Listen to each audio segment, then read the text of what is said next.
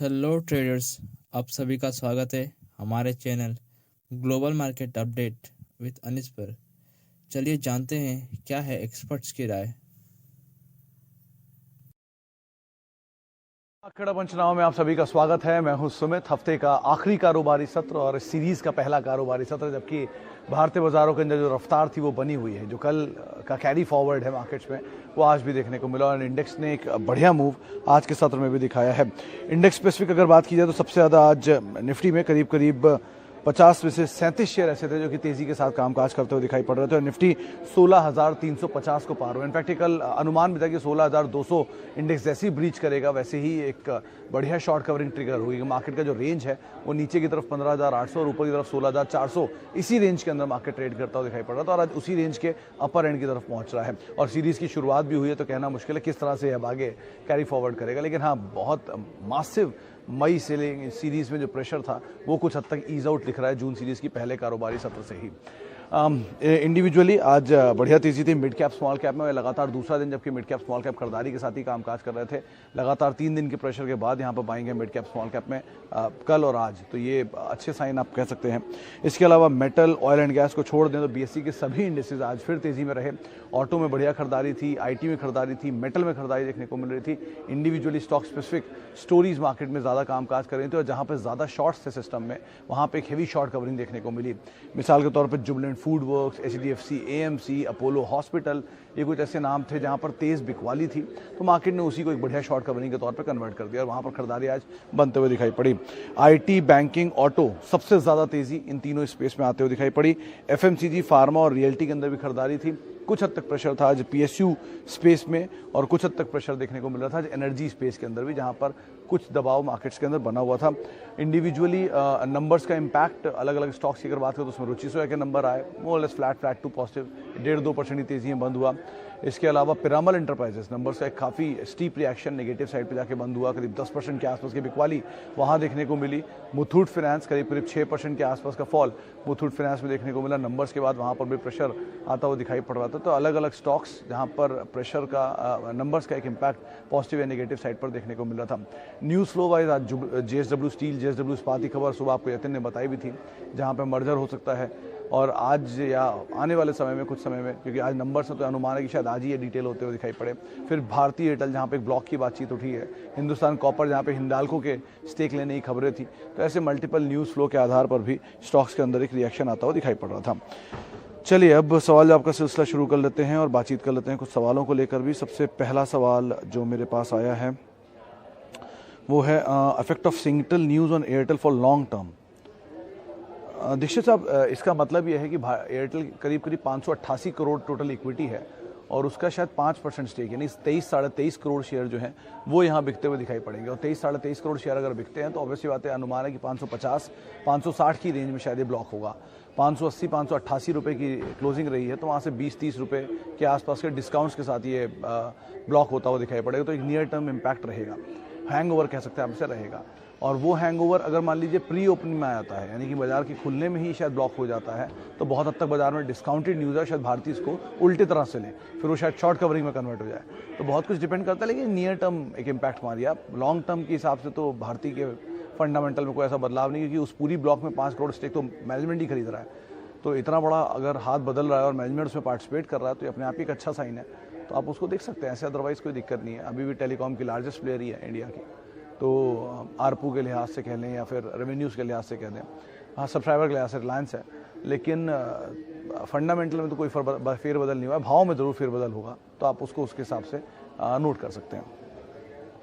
अच्छा जी, स्पेंसर सुजॉय साहब, इसके नंबर मैंने इस क्वार्टर के देखे नहीं हैं, लेकिन ये ज़रूर है कि मतलब बहुत कुछ में डाउनसाइड है नहीं। शायद 78-73 के आसपास किसने लोज रिसेंटली शायद बनाए थे और उसके बाद वापस घूम गया और उन्हीं जोन्स के आसपास ही चल रहा है। बहुत कोई बड़ा ना तेज़ी है ना बहुत बड़ी मंदी है।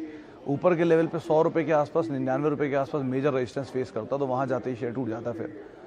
तो इसी रेंज को आप या तो प्ले करिए नियर टर्म में, अदरवाइज शायद नंबर अभी आए हैं नहीं, मैंने देखा नहीं है, लेकिन अगर नंबर्स आ चुके हैं तो मुझे नंबर देखने पड़ेंगे। अगर नंबर नहीं आया तो वेट करिए कि पिछले क्वार्टर में ये लॉस मिनिमाइज़ करके आए थे, तो इस क्वार्टर में प्रॉफिट आ गया है या आने वाला है इस पर मुझे नज़र रखनी होगी, मैंने देखा नहीं है। लेकिन गोयनका ग्रुप की कंपनी है, इनके स्टोर्स में जाता हूँ, वहाँ तो रश रहता है हर टाइम ही, और अच्छी डिमांड भी है, और इनके नेचर बास्केट स्टोर और स्पेंसर दोनों में ही अच्छे रेवेन्यूज़ आ रहे हैं।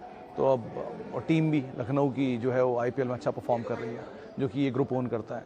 तो अनुमान ये है कि शायद यूपी में इनका मेगा एक्सपेंशन होगा इस टीम के आने के बाद से, तो इसलिए भी कुछ कहना मुश्किल है। लेकिन हैविंग सेड दैट, कंपनी ठीक ठाक है। रिटेल में अगर कोई आप प्लेयर देखना चाह रहे हैं, डीमार्ट को इतना प्रीमियम वैल्यूएशन मिला हुआ है और ये उसका 1% वैल्यूएशन पे भी काम नहीं करती, तो इतना इतनी डीपली डिस्काउंटेड है। थोड़ा सा भी अगर इसको प्रीमियम मिल जाए तो बाजार में शायद अच्छा काम कर सकती है, लेकिन नंबर्स पे बहुत कुछ डिपेंड करता है।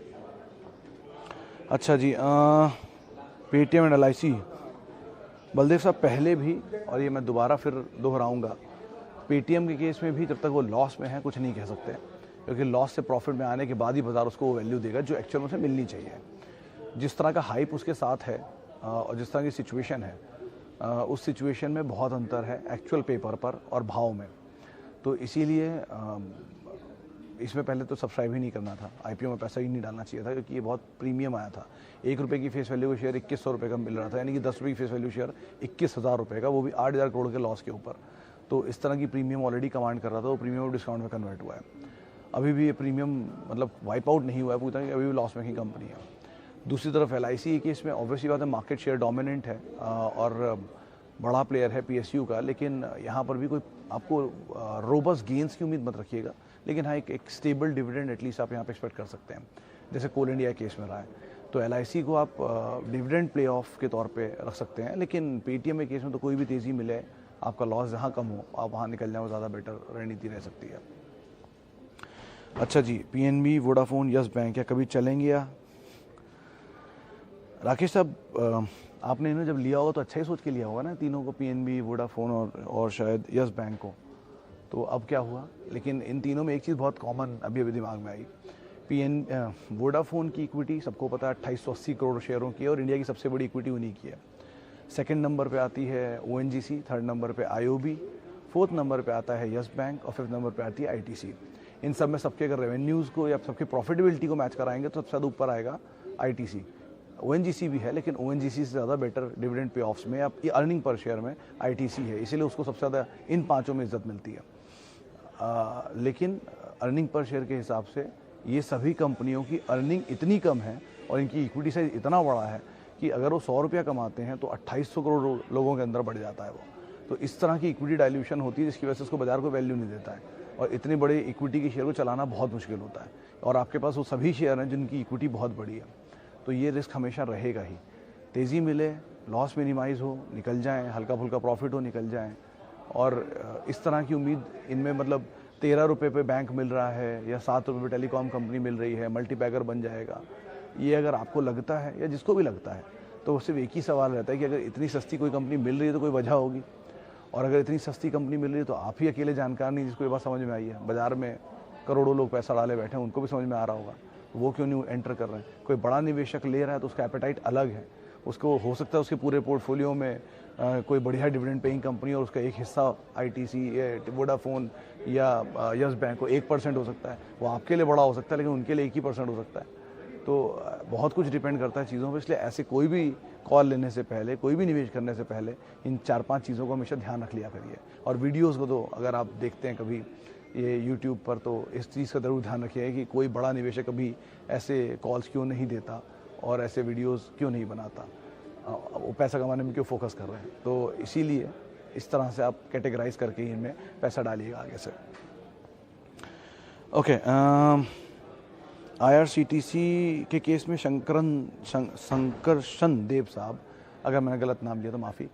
देव साहब, इसके नंबर्स वेटेड है मंडे को, तो नंबर्स को आने दीजिए, उसके बाद कोई कॉल लीजिएगा। अभी कुछ मत करिए, अभी तो वेट एंड वॉच करिए, देखते हैं कितना नंबर्स में इंप्रूवमेंट आता है। लेकिन आपकी खरीदारी बहुत ऊपर की है और ये भी अब इतनी बड़ी तेज़ी के बाद कूल ऑफ हो रहा है, तो बहुत फायरवर्क नहीं, लेकिन हाँ नंबर्स को वेट करिए। नंबर्स देखने के बाद कोई कॉल लेना ज़्यादा अक्लमंदी रहेगी। ब्रोकरेज व्यूज़ या एटलीस्ट क्या आउटलुक कंपनी देती है, उनको देखने के बाद आप कुछ भी कॉल लीजिए, ज़्यादा बेटर रहेगा। ओके, और IRCTC पे हम बात कर चुके हैं। BCG, निखिल साहब, ये वन ऑफ द मोस्ट चलने वाले स्टॉक्स में से एक है, और वो भी सिर्फ रिग्ड एक्टिविटीज़ की वजह से चलने की बातचीत थी। नंबर से तो बहुत ऊपर है ये। तो इसमें दो तरह के पक्ष बटे हुए हैं बाजार में। एक लोग मानते हैं कि ये निवेश लायक शेयर नहीं है और दूसरे पक्ष मानते हैं कि नहीं, ये मल्टी बैगर है। तो कुछ भी कहना मुश्किल है, बाजार के बड़े बड़े जानकार इसके बारे में ट्वीट करते हैं, लेकिन सिचुएशन सिनेरियो कभी अभी भी नंबर से बहुत बियॉन्ड है इसकी। तो इतनी बड़ी तेज़ी के बाद बहुत रिस्की कॉल होगा इसमें किसी भी तरह के कोई भी काम करना। अगर आपके पास नहीं है तो अवॉइड ही करिए, बहुत सारे शेयर उनमें चले जाइए जो क्लीन है। और अगर आपके पास है तो जितना आप रिस्क ले सकते हैं उतना ही रहिएगा, उससे ज़्यादा मत जाइएगा। और हीरो ज़ीरो काइंड ऑफ अगर आप समझते हैं तो उस तरह का ट्रेड बन सकता है आपके लिए। तो रिस्क एपेटाइट अपनी देख कर ही कोई कॉल लीजिएगा इसमें, लेकिन फिर भी बाज़ार में वो लॉटरी वाला सिस्टम नहीं है, बाज़ार में इन्वेस्टमेंट वाला सिस्टम है। तो इन्वेस्ट करिए, पैसा बनाइए। लॉटरी खेलने की सोच रहे हैं तो सर रेस कोर्स है और बहुत कुछ और है जिनमें भी आप जा सकते हैं। तो बेटर यही है कि ऐसी चीज़ों से बच के रहें जहाँ पर कुछ भी अगर मतलब आपका फ्रेम ऑफ माइंड ठीक नहीं, मतलब इसका बहुत ही नोट मैंने वीकेंड पे पढ़ा था कि अगर कोई भी स्टॉक या कोई भी आदमी 40 माले से गिरता है, 23 माले पे गिरता है तो वो बचता ज़रूर है, लेकिन ऐसा नहीं कि और नीचे नहीं जा सकता। तो लाइक वाइज ये शेयर भी वैसे ही है कि अगर ये हायर लेवल से ईज आउट हुए हैं तो उसका मतलब ये नहीं कि और नीचे नहीं जा सकते। 5 रुपये का शेयर 1 रुपये हो गया तो ज़रूरी नहीं 1 से वो आधा भी नहीं हो सकता, 1 से आधा भी उसकी वैल्यू हाफ हो जाती है। तो इस तरह से आप इन्हें मत देखिए, बस फंडामेंटल देखिए, अगर सही लग रहा है तो ही एंटर करिए, वरना मत करिएगा। ओके, BPCL के केस में सर हाउस व्यूज़ तो मैंने भी देखे नहीं थे, शायद आज सुबह किसी ने भेजे भी नहीं थे नंबर्स के बाद। इनकी एनालिस्ट कॉल वेटेड है शायद, और वो आज शाम को या वीकेंड पे होगी, उसके बाद टिप्पणी ज़्यादा बेटर होगी। लेकिन हाँ, BPCL के केस में डिविडेंड प्ले ऑफ को ही आप तवज्जो दीजिएगा। असेट सेल को लेकर तो उसको बैकफुट पे रख दिया, ये तो वेदांता के खुद चेयरमैन ने बोला, जो कि बिड भी कर रहे थे उसके लिए। तो एटलीस्ट उसको तो आप अभी दूर रखिएगा, लेकिन हाँ डिविडेंड वाला पार्ट जो है वो अभी यहाँ पर प्ले करेगा इसके लिए। ओके, JSW स्टील कॉल है सर, मैं इस पर कोई टिप्पणी नहीं कर पाऊंगा कि ये छोटी अवधि के लिए, और मैं छोटी अवधि के शेयर को ट्रैक नहीं करता। हालांकि नंबर्स अवेटेड है आज शाम को, तो आप नंबर्स को ज़रूर देख लीजिएगा। ओके, कैम्स के 3000 शेयर हैं भला साहब, नहीं 10 शेयर, अच्छा 3000 रुपये के दाम पे। भला साहब क्वांटिटी इतनी बड़ी नहीं है, लेकिन शेयर बहुत ज़्यादा करेक्ट हुआ है। और आपने क्योंकि उस समय लिया जब ये लिस्ट ही हुआ था, तो नंबर्स देख के थोड़ा आपको नीचे का दाम दिखा रहा है, इसीलिए बेटर ये कि वेट ही करें, अभी तो तेज़ी मिले आप निकल जाएं। इक्विटी छोटी है, वो एक बड़ा एज है, लेकिन नंबर्स उतने सपोर्टिव है नहीं। सो लाइक वाइज आपको यहाँ कोई कॉल लेनी होगी। इसके कई नंबर्स अभी आपको देखने पड़ेंगे सिचुएशन समझने के लिए, कि नई लिस्टिंग है तो 1 साल तो एटलीस्ट अपने आप को परफॉर्म करेगा, 1-1.5 साल, उसके बाद ज़्यादा क्लियर पिक्चर आ पाएगी। तो वो होने दीजिए, फिर देखते हैं। लेकिन किसी भी IPO में 2021 के IPO में ऐसी कोई सिचुएशन नहीं दिख रही है जिसमें अभी पैसा डाल के बैठा जाए, जब तक उसके 1.5 साल 2 साल के नंबर नहीं आते।